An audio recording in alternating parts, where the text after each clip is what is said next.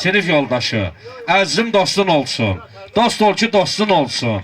Allah dostun üstün tut, Allah da dostun olsun. Mən Kamil qardaşımı salamlayıram, xoş gəlmişsən deyirəm. Dost ocağına, sinif yoldaşının balasının toyuna. Gələn qədəmləri var olsun. Həmişə belə gözəl el şənliklərində görüşək qardaşlarla. Aziz kardeş, aziz dost, Allah mübarek etsin.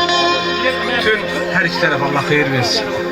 Bütün valideynleri tebrik ederim. Ben eminim ki senin oğlun da senin gibi güzel aile başçısı, güzel oğul. Hemşe senin şarkılarına var ol. Çox sağ ol Kamil'im. Buyur qardaş.